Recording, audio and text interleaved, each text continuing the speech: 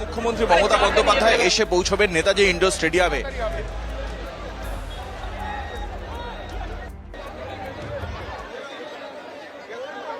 Supreme কোর্টের নির্দেশে 26,000-এর 2016 panel বাতিল হয়েছিল। সেদিনই মমতা বন্দ্যোপাধ্যায় নবান্ন থেকে সাংবাদিক সম্মেলন করে বলেছিলেন, যারা যোগ্য চাকরিজীবী ছিলেন এতদিন এবং তাদের যখন চাকরি বাতিল হয়েছে, 7 তারিখ আজকে নেতাজি ইন্ডোর স্টেডিয়ামে তাদের সঙ্গে কথা বলবেন মমতা বন্দ্যোপাধ্যায়। উঠতে পারবে যাদের গ্যালারি কার্ড আছে, যারা সি আর ডি গেটে চলে যাচ্ছে। প্রশাসন কিন্তু যথেষ্টভাবে সক্রিয় রয়েছে এবং